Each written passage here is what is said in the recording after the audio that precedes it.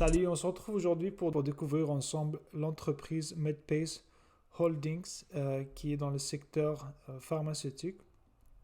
Donc on va commencer par voir c'est quoi son modèle économique. Ici on voit que principalement il repose sur l'offre de services de gestion d'essais cliniques et de recherche contractuelle pour les industries pharmaceutiques, biopharmaceutiques et des dispositifs médicaux. Donc important de faire la différence entre cette entreprise qui est une CRO et les biotechnologies. Donc, celle-ci, elle va faire affaire avec les biotechnologies euh, par biais comme des essais cliniques qui commencent par la phase 1 jusqu'à la phase 4. Dans le fond, ça, c'est un médicament, un dispositif médical qui doit passer par ces phases-là avant qu'il soit approuvé puis utilisé pour le public. Euh, Par la suite, on va aller regarder qu'est-ce qu'elle fait à la bourse. Pour commencer, on va voir depuis la dernière année, on voit qu'elle a eu une progression assez timide de 9%, beaucoup moins que le S&P 500. Ensuite, sur les 5 dernières années, on voit qu'il y a une très belle progression de presque 300%.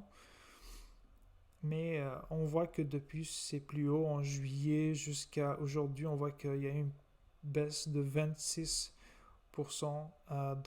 ce qui a probablement amené l'entreprise à des valorisations plus abordables et plus intéressantes pour nous.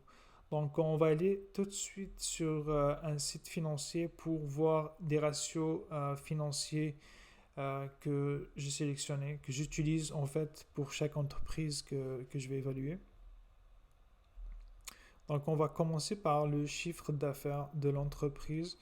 On voit que très belle progression depuis 2019 jusqu'à cette année.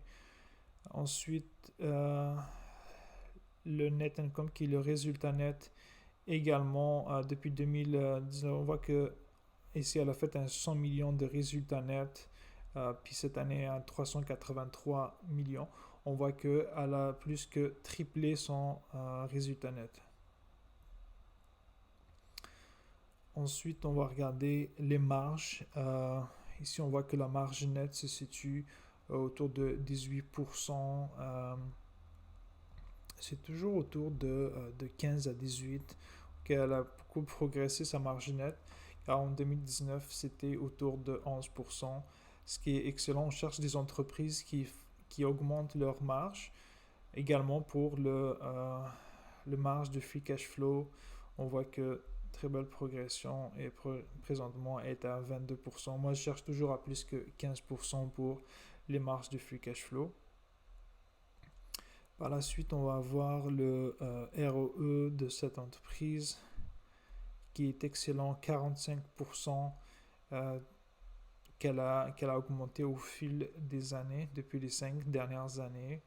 Par la suite, on va aller regarder le ROCE, mais ça, je ne l'ai pas trouvé sur ce site financier, donc je l'ai fait les calculs moi-même, mais je vais vous le montrer un peu plus tard dans la vidéo.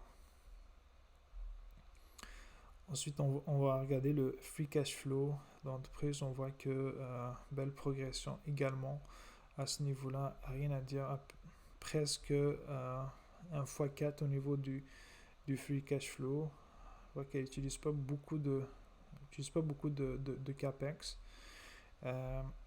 Et la dette nette est négative, ce qui veut dire que l'entreprise a plus de cash que de dette. Ce qui est intéressant parce que on cherche toujours des entreprises qui n'ont pas beaucoup de dettes, qui n'ont pas ou très peu, car une entreprise qui n'a pas de dette est à moins risque de faire faillite qu'une entreprise qui en a. Mais il faut attention, des fois la dette, elle est utilisée, si elle est bien utilisée, ça peut être une façon pour l'entreprise de croître. Je pense qu'ici, on a fait le tour des ratios qu'on devait voir. On voit qu'elle ne donne pas de dividendes présentement, comme une jeune entreprise. Donc, elle utilise le tout pour sa croissance.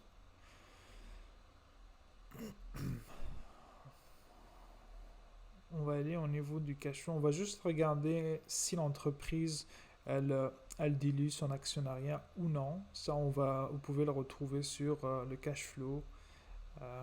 Donc, on va descendre tout en bas, mais vraiment pas beaucoup. Ce que moi, personnellement, ça ne me dérange pas tant que l'entreprise ne fait pas de dilution. Si elle en rachète ses actions, ce qui est bon, c'est comme un retour sur investissement pour nous. Donc, c'est excellent à ce niveau. Par la suite, on va aller voir le ratio de valorisation au niveau du cash flow. Puis ça, je l'avais mis ici. Je vais juste mettre ma caméra ici. Voilà. Parfait. Donc ici, on voit que présentement, elle revient sur des valorisations de 2023. Si on voit, si on regarde bien ici, présentement, elle a un free cash flow, price to free cash flow, pardon, de 21. Puis là, ici, c'est à peu près la même chose qu'en 2023. Elle est montée jusqu'à 27,30. On voit que depuis 2020, 2018, elle est autour de 15 et ici, elle est montée jusqu'à 35 dans ses plus hauts en 2020, mais présentement, elle est à 21,20, ce qui est excellent. Donc, elle revient sur des valorisations qui sont intéressantes pour nous.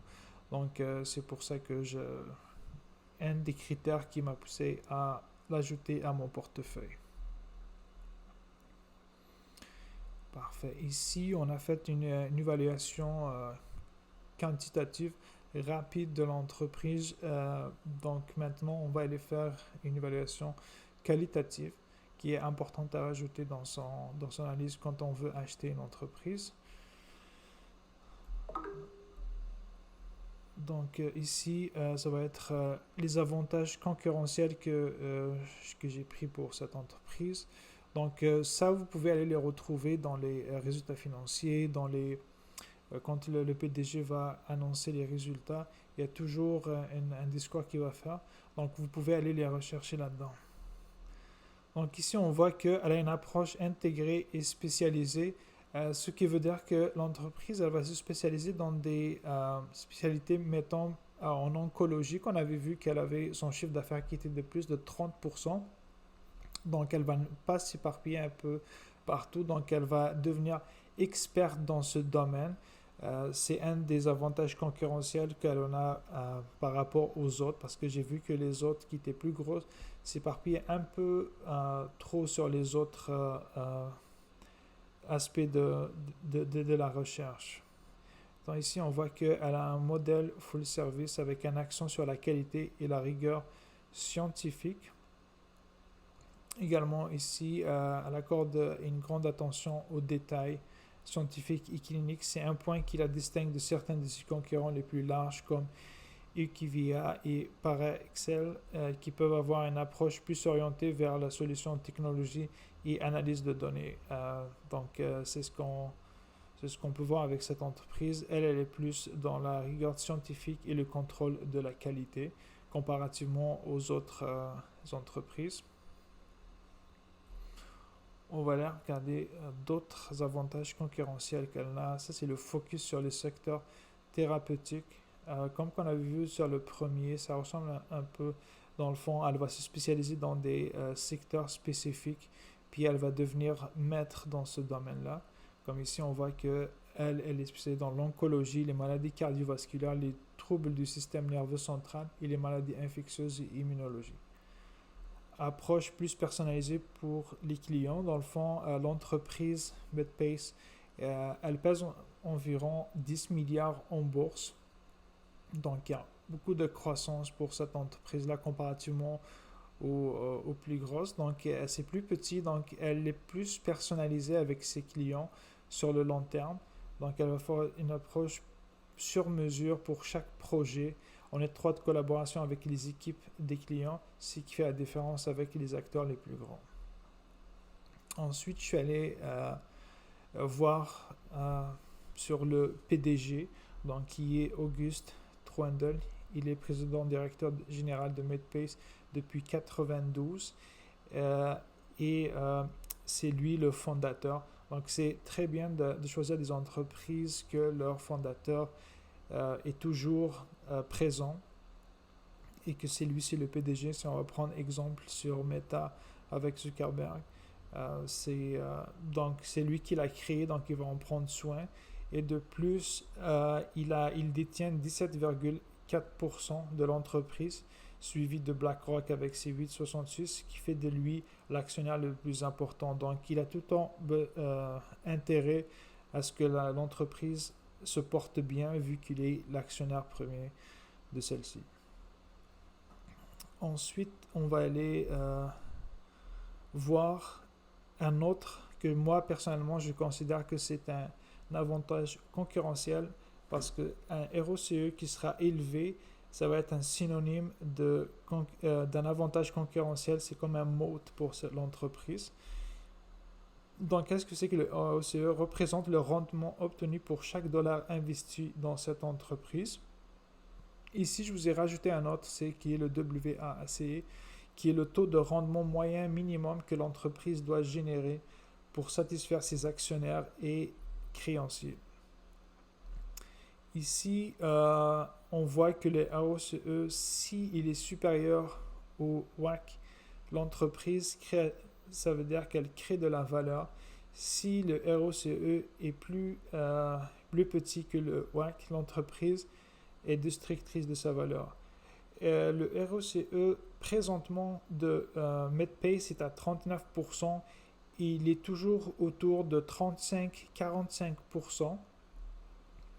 Et son WACC est à 7,2, qui est toujours entre 5 et 8 quand j'ai fait les calculs. Donc il est supérieur, ce qui veut dire que l'entreprise elle est créatrice de valeur. J'avais fait mes calculs personnels pour le prix à payer à cette entreprise.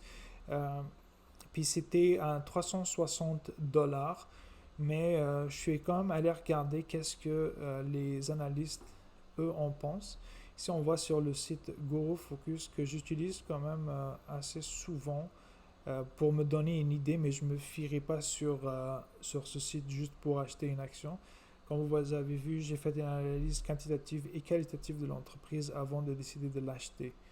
Donc ici, on voit qu'il donne un score de 91 qui est excellent. On va juste aller regarder ici la valeur que eux ils donnent, qui serait intéressant d'acheter l'entreprise, qui est de 347. On va juste l'agrandir pour voir un peu plus. Donc GuruFocus donne un prix de 347,79 $, qui serait la juste valeur à payer pour cette entreprise, et présentement est à de 336, donc elle est très légèrement sous-évaluée. Mais moi j'avais trouvé 360, mes calculs, je me tiens à mes calculs à moi, donc c'est pour ça que j'ai décidé de l'acheter. Mais c'est intéressant d'aller voir qu'est-ce que les autres investisseurs pensent de cette action. Donc, ça va être tout pour aujourd'hui. Donc, si vous avez aimé, je vous invite à liker puis à vous abonner. Puis on se retrouve à la prochaine. Allez, salut, bye.